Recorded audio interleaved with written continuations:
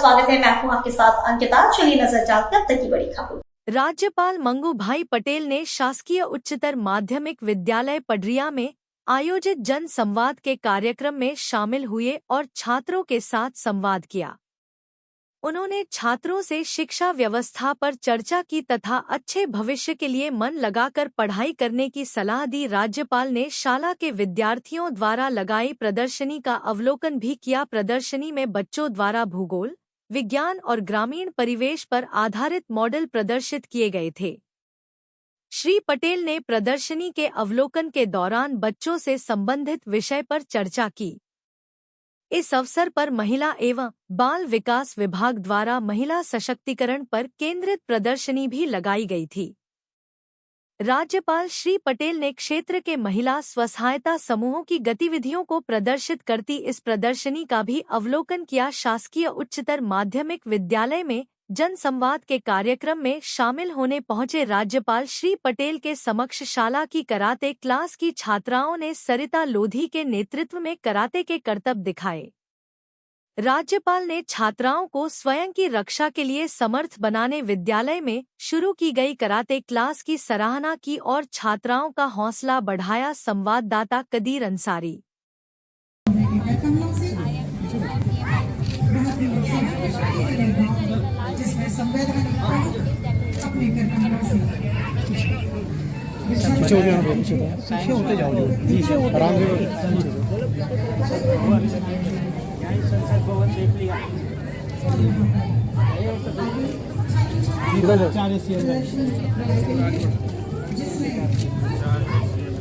अनाज बताया कहाँ कौन सा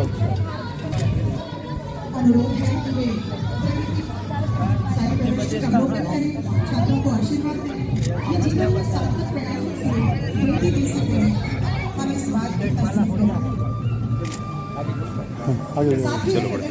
चलो आराम से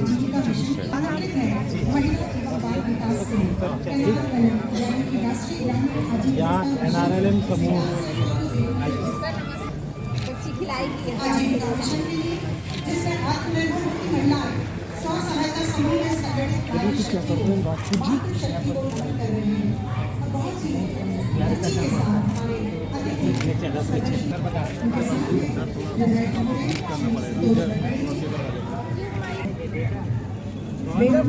का नाम बताओ।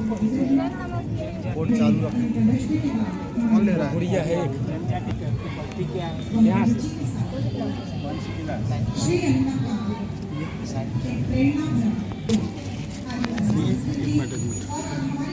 सहायता समूह की दीदी की तरफ से स्वागत है। ग्रुप में कितने लोग हैं? कितनी महिला? 20 महिला है। महीने भर में कितने कमाते हैं?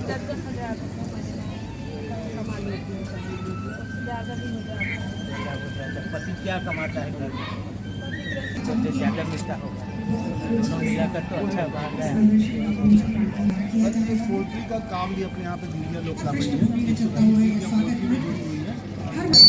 मशरूम कोई होटल में देते हैं क्या? होटल में मशरूम होटल में भी जाता है, थोक में भी देता है, फुटकर भी बेचते हैं। ऐसे लेने वाले कौन? पढ़े लिखे लोग लेते हैं कि कभी सभी लेते हैं? नहीं, पढ़े लिखे लोग भी लेते हैं सर। ज़्यादा समझते हैं मशरूम को पढ़े लिखे लोग। सौंदर्यमय, ज्ञानमय और विकासमय आकांक्षाओं को साकार करें। हम अपनी परंपरा अनुसार दीप का प्रज्वलन कर किसी भी कार्यक्रम की औपचारिक शुरुआत करते हैं। दीप का प्रज्वलन मानिए कि उजालों का झरना है, जिसमें आज के उत्सव की सुनहरी धूप है। हम सबका उत्साह है और उससे चमकती हुई यह दोपहर है। माननीय राज्यपाल महोदय महामहिम श्री मंगू भाई पटेल दीप प्रज्वलन करते हुए माध्यम से हम समस्त सकारात्मक का आह्वान करते हैं कि सारी सकारात्मकता आज इस परिसर में रहे। और हमारे एक और कार्यक्रम सरपंच संवाद का समाहित किया गया है। मैं आग्रह कर रही हूँ प्रभारी सीओ जिला में प्रस्तुत करें। माननीय जी माफ कीजिएगा, मैं स्वागत के लिए सबसे पहले हमारे विधायक महोदय को आमंत्रित कर सभी की सुरक्षा के लिए चिंतित है, जो इस समय की सबसे बड़ी आवश्यकता है। कुंडा भवन में छात्राओं को आत्म सुरक्षा के लिए प्रशिक्षित करते और बच्चों को आशीर्वाद देते हमारे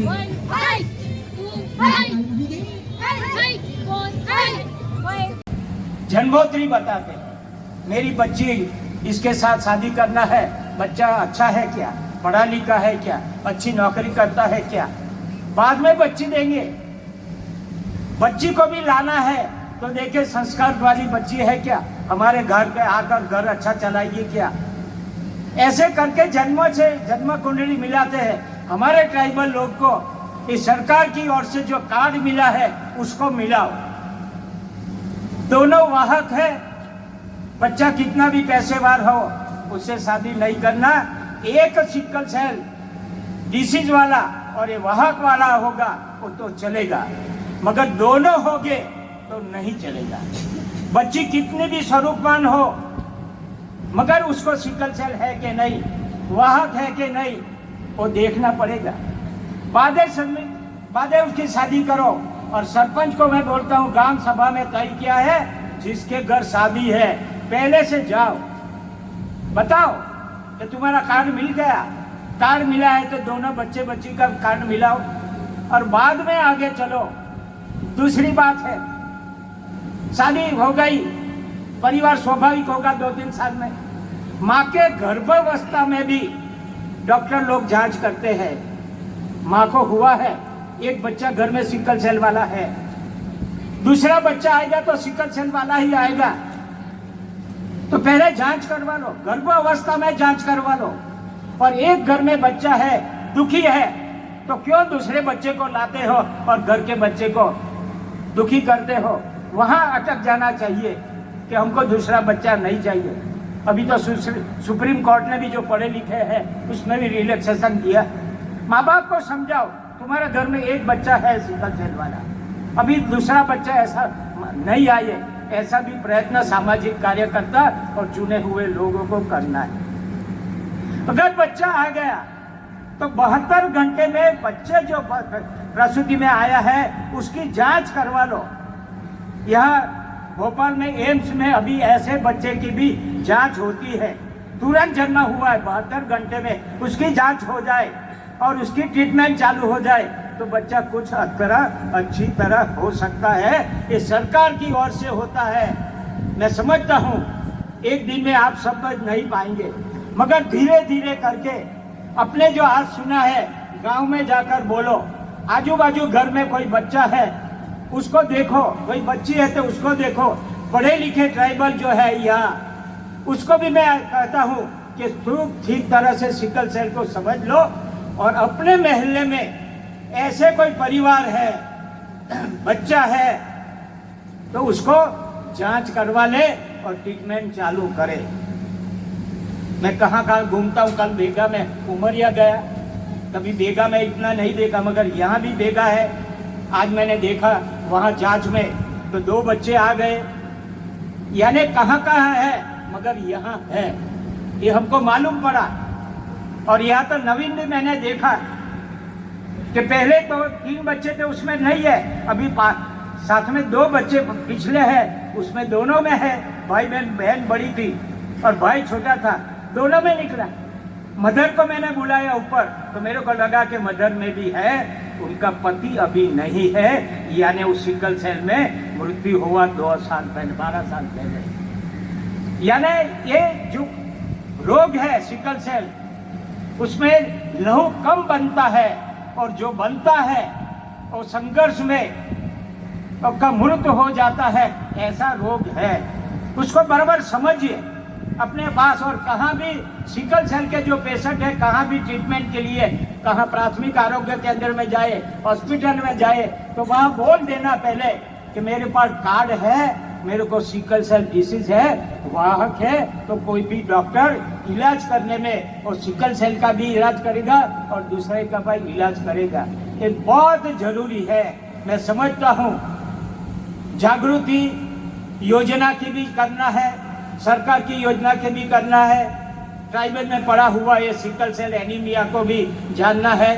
हम जाने मगर दूसरे लोग नहीं आए, उसको मालूम नहीं है। जितना समझ पड़े उतना इतना तो कह सकते हैं तुम कि जिसको सिकल सेल वाहक है वो शादी नहीं करना, जिसको डिसीज है बच्चे बच्ची को शादी नहीं करना, इतना तो समझ में आ जाता है।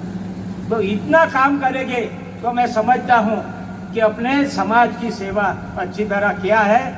मैं भगवान की, नहीं तो कल मैं आने वाला था, सुबह में मालूम पड़ा कि जबलपुर में तो बहुत बारिश है, फिर भी हम वहाँ से 3.5 घंटा बाय रोड यहाँ आए,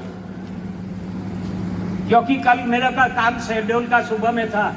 वहाँ से हेलीकॉप्टर उड़ नहीं पाया तो शेड्यूल का कार्यक्रम पानी की वजह से कैंसिल हुआ। बाद में मैं सीधा उमरिया गया और सुबह से 8:30 बजे वहाँ से हम चल पड़े तो यहाँ हम पहुँचे 11:30-12 को। मगर आपको मिलना हो गया, उसमें सब जो थकान है उसमें मेरी पूरी हो गई। और इतने बड़ी संख्या में आप सब आए, इतने सरपंच आ गए, मैं सरपंच से भी बात कर सका, यह अहदेदार से भी बात कर सका, और कई यहाँ बच्चियाँ